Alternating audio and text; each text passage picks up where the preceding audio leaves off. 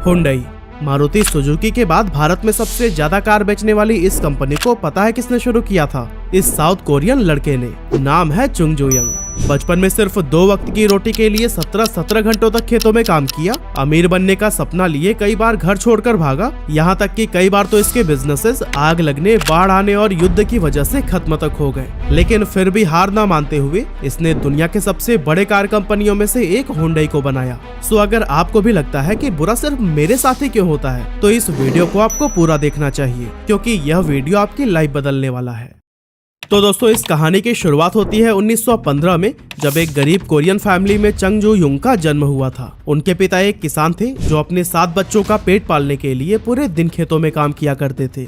यूं तो चुंग जो यंग का सपना पढ़ लिख कर एक टीचर बनने का था, लेकिन गरीबी इतनी थी कि कई बार तो भूखे पेट ही सो जाना पड़ता था। ऐसे में अच्छी एजुकेशन लेना उनके लिए एक खूबसूरत सपने से ज्यादा कुछ भी नहीं था। खराब फाइनेंशियल कंडीशन के चलते चंग अपने पिता के साथ दिन भर खेतों में ही काम करते हुए बिताते। इसके अलावा कभी वो जानवरों को चराने का काम करते, तो कभी लकड़ियां काटकर उसे शहर बेचने लेकर जाते। लेकिन जब वो सिटी लाइफ को देखते थे तब उन्हें बहुत हैरानी होती थी। साफ सुथरे लोग, खूबसूरत कपड़े, अच्छे रोड और खाने की तो कोई कमी ही नहीं। ये सब देखकर उनके मन में भी ख्याल आता था कि अगर वो भी शहर चले जाएं तो एक अच्छी जिंदगी गुजारने लगेंगे। लेकिन समस्या ये थी कि अपने 16 साल के बच्चे को उनके माता पिता अकेले जाने ही नहीं देंगे। उसी दौरान चंग जो यंग के हाथ में एक न्यूज़पेपर लगा, जिसमें खबर छपी थी कि पास के शहर में कंस्ट्रक्शन का प्रोजेक्ट चल रहा है और इसके लिए वर्कर्स की जरूरत है। और जैसा कि उन्हें पता ही था कि उनके मम्मी पापा तो उन्हें जाने नहीं देंगे, इसीलिए वो बिना किसी को बताए 1932 में घर से भाग गए। इसके बाद से वो नोन शहर पहुंचे, जहां उन्हें कंस्ट्रक्शन प्रोजेक्ट में मजदूरी के लिए रख लिया गया। अब यहाँ काम जितना मुश्किल था, मिलने वाले पैसे उतने ही कम। इसके बावजूद चंग जो यंग ये सोचकर सेटिस्फाइड थे कि पहली बार वो अपने दम पर कुछ कर रहे हैं। हालांकि उनकी ये खुशी ज्यादा दिनों तक कायम नहीं रही, क्योंकि घर छोड़ने के बाद से ही उनके माता पिता इन्हें पागलों की तरह ढूंढ रहे थे।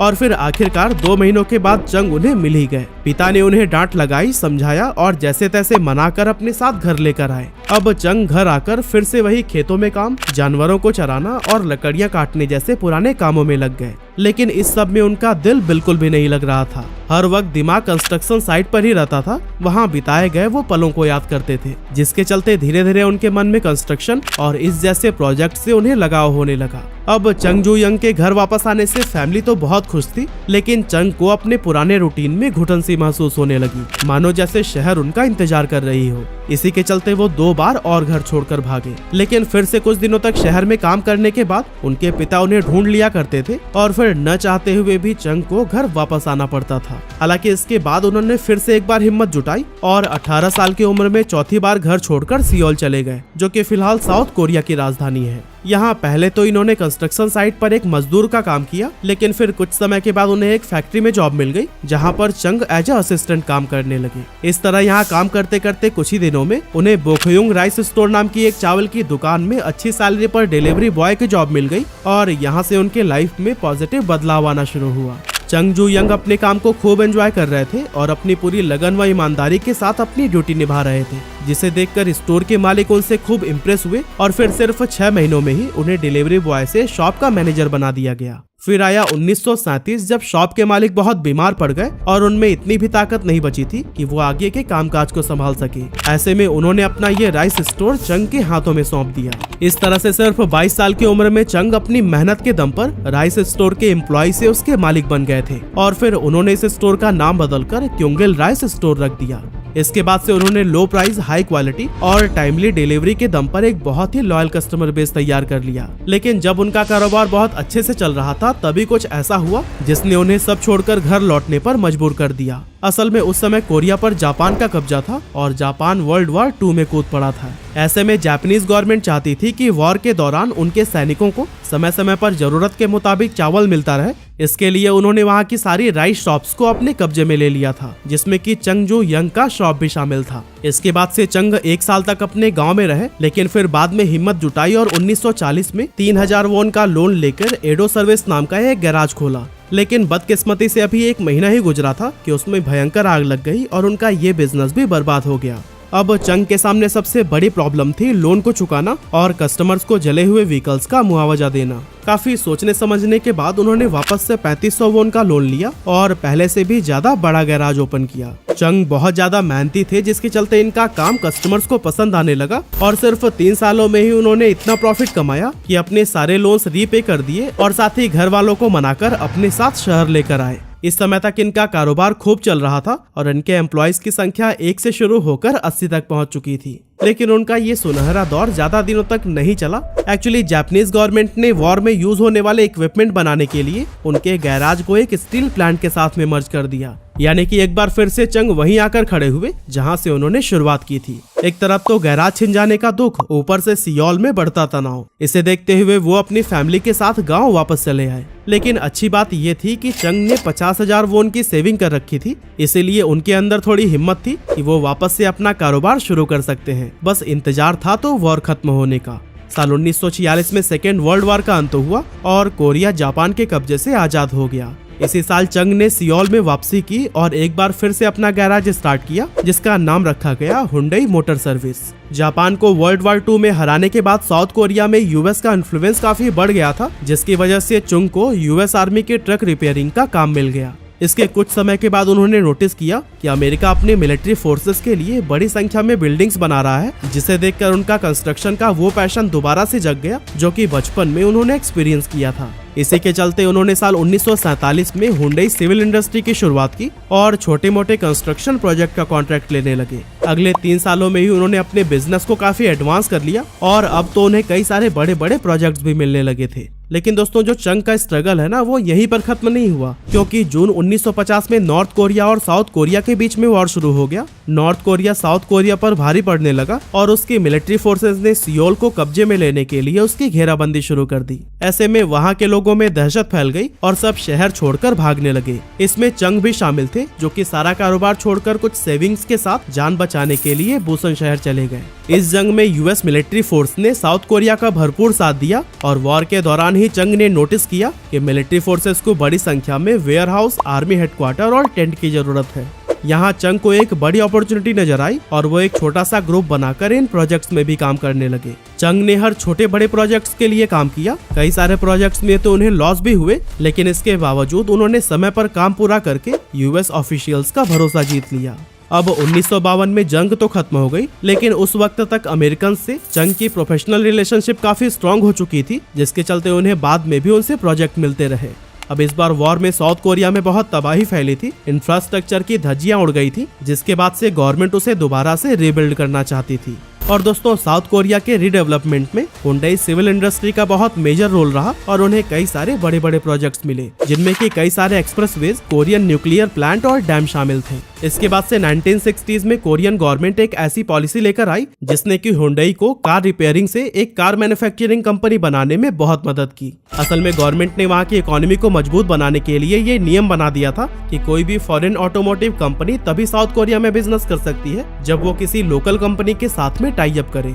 इस रूल ने हुंडई के लिए एक नई अपॉर्चुनिटी ओपन कर दी और चंग ने इसको मिस न करते हुए 1967 में हुंडई मोटर कंपनी की शुरुआत की। इसके 1 साल बाद यानी 1968 में हुंडई ने फोर्ड के साथ पार्टनरशिप कर ली और उल्सान शहर में 6 महीने के अंदर एक बहुत बड़ा असेंबली प्लांट बनाकर तैयार कर दिया, जो कि आज भी दुनिया की सबसे बड़ी ऑटोमोबाइल प्लांट है। इसके annual production capacity 1.6 million unit है और इसमें दुनिया के अलग अलग हिस्सों से आए 75,000 हाईली स्किल्ड एम्प्लॉयज काम किया करते हैं। खैर, फोर्ड के साथ ज्वाइंट वेंचर में हुंडई ने उसकी फेमस कार फोर्ड कॉर्टिना के तर्ज पर हुंडई कॉर्टिना को लॉन्च किया। लेकिन दोस्तों, फोर्ड क्योंकि एक अमेरिकन कंपनी है, जिसकी कॉर्टिना भी वहीं के सड़कों के लिए डिजाइन की गई थी। वहीं साउथ कोरिया की सड़कें वॉर में मिलने वाले गड्ढों से अभी पूरी तरह से उभर नहीं पाई थी। ऐसे में हुंडई कॉर्टिना कंपनी के लिए बहुत बड़ी फेलियर साबित हुई। कंपनी को इससे काफी नुकसान हुआ और लोग रिफंड की डिमांड करने लगे। लेकिन इससे पहले कि चंग इन सभी प्रॉब्लम से निपट पाते, 1969 में एक ऐसी भयानक बाढ़ आई जिसमें कि उल्सान का पूरा असेंबली प्लांट ही डूब गया। नई तैयार की गई कार्स में भी पानी भर गया और कंपनी को बंद करने तक की नौबत आ गई। लेकिन दोस्तों, चंग ने अपनी जिंदगी में इतना फेलियर देखा था कि अब मानो इन सब की उन्हें आदत सी हो गई थी। उन्होंने फिर से प्लांट को शुरू किया और हर तरह की प्रॉब्लम्स पर काम करके दोबारा से हुंडई कॉर्टिना को मार्केट में उतारा, जो कि इस बार काफी सक्सेसफुल हुई। हालांकि 1974 में एक और भी प्रॉब्लम थी जो कि चंग का इंतजार कर रही थी। असल में हुंडई का अपने नाम से कार को लॉन्च करना फोर्ड को बिल्कुल भी पसंद नहीं आ रहा था, क्योंकि साउथ कोरिया में फोर्ड को पहचान नहीं मिल पा रही थी। इसके चलते दोनों कंपनियों के बीच कॉन्फ्लिक्ट शुरू हो गया और 1974 में फोर्ड ने हुंडई के साथ कॉन्ट्रैक्ट को खत्म कर दिया। अब अचानक से फोर्ड का जाना हुंडई के लिए मानो सब कुछ बर्बाद कर देने वाला था, क्योंकि उस समय तक हुंडई के पास कार मैन्युफैक्चरिंग की टेक्नोलॉजी थी ही नहीं और इसके लिए वो अभी तक फोर्ड पर ही रिलाय करते थे। इस कॉन्ट्रैक्ट के खत्म हो जाने के बाद चंग बहुत ही डिस्परेटली किसी नए पार्टनर की तलाश करने लगे जो कि उनके साथ मैन्युफैक्चरिंग टेक्नोलॉजी को भी शेयर कर सके। इसके लिए उन्होंने उस समय के बड़े प्लेयर्स फॉक्सवैगन और जनरल मोटर्स के साथ डील करने का प्रपोजल रखा, लेकिन इन दोनों कंपनियों ने ही इसे ठुकरा दिया था। और फिर इसके बाद से चंग ने जापान की मित्सुबिशी मोटर्स के साथ भी डील करने की ट्राई की और ये डील फाइनल भी हो गई, जिसमें मित्सुबिशी मोटर्स ने अपनी कार मैन्युफैक्चरिंग टेक्नोलॉजी को हुंडई के साथ शेयर करने का एग्रीमेंट एक्सेप्ट कर लिया था। इसके बाद से हुंडई अपना पूरा फोकस खुद की कार डेवलप करने में लगाने लगा, जिसके लिए उसने ब्रिटिश लीलैंड के अंडर आने वाली कंपनी ऑस्टन मॉरिस के farmer managing director George Turnbull को हायर किया। और दोस्तों, जॉर्ज टर्नबुल ने भी अपनी लीडरशिप में इस प्रोजेक्ट के लिए 5 और भी इंजीनियर्स को हायर किया, जिसमें कि कार की जो बॉडी होती है उसके डिजाइन एक्सपर्ट कैथन Barnett, car engineer John Simpson और एडवर्ड चैपमैन, BRM यानी कि ब्रिटिश रेसिंग मोटर्स के former chassis engineer John Crosthwaite और chief development engineer Peter Stellar जैसे हाईली स्किल्ड प्रोफेशनल शामिल थे। अब दोस्तों, उसी दौरान साउथ कोरियन सरकार ने कार मैन्युफैक्चरिंग कंपनी से एक ऐसा व्हीकल बनाने के लिए कहा जो कि पूरी तरह से मेड इन कोरिया हो, साथ ही ये इतना अफोर्डेबल हो कि ज्यादा से ज्यादा लोग इसका इस्तेमाल कर सके।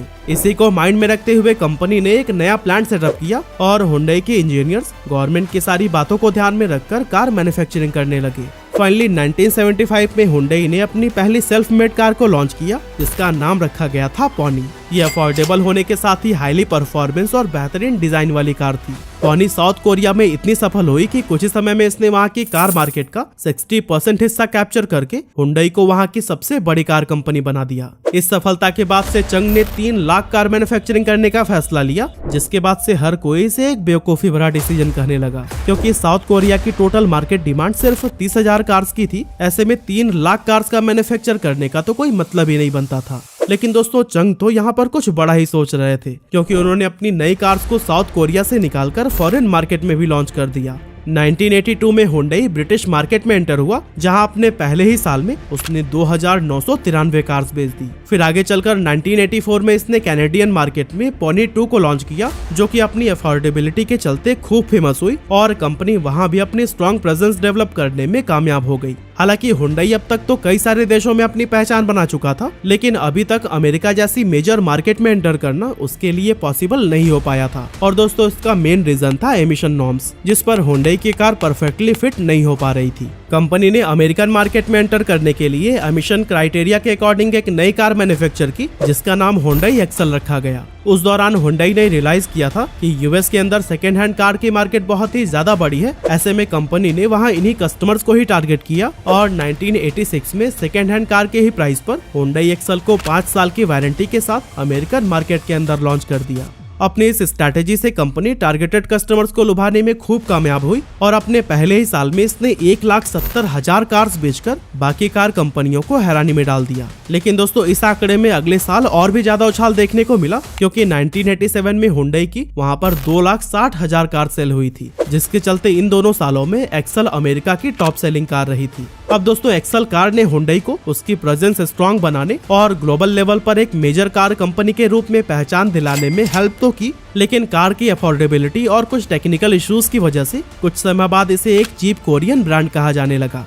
अब दोस्तों, इस इमेज से कंपनी को बाहर निकालने के लिए इंजीनियर्स ने खूब एक्सपेरिमेंट किए, कई सारे R&D सेंटर्स खोले गए और काफी रिसर्च के बाद 1990s के दौरान हुंडई सोनाटा और हुंडई एक्सेंट जैसे कई सारे फ्यूचर लोडेड कार मार्केट में उतारी गई। और दोस्तों, ये सभी कार बहुत ज्यादा सक्सेसफुल रहे थे, साथ ही इससे वर्ल्ड वाइड कंपनी की रेपुटेशन भी काफी ज्यादा बढ़ गई। अब दोस्तों, अगर आज की बात करें तो हुंडई दुनिया के टॉप 100 मोस्ट वैल्यूएबल ब्रांड्स में शामिल है। साथ ही ये टोयोटा और फॉक्सवैगन के बाद प्रोडक्शन के मामले में दुनिया की 3rd largest car maker company है, जिसका बिजनेस 193 कंट्रीज में फैला हुआ है। लास्ट ईयर हुंडई ने world wide 6.845 million unit sale की थी, जिसमें से 8,07,067 यूनिट तो सिर्फ इंडिया में बेचकर ही कंपनी ने एक नया रिकॉर्ड बना दिया था। फिलहाल ये इंडिया में दूसरी सबसे बड़ी कार मेकर है, जो कि महिंद्रा और टाटा जैसे स्वदेशी कंपनियों को भारी टक्कर देती है। तो दोस्तों इस तरह से चंग जू यंग की हार न मानने वाली जिद ने हुंडई को न सिर्फ दुनिया के टॉप ब्रांड्स में शामिल कराया, बल्कि साउथ कोरिया के डेवलपमेंट और इकोनॉमी में भी बहुत बड़ा कंट्रीब्यूशन दिया।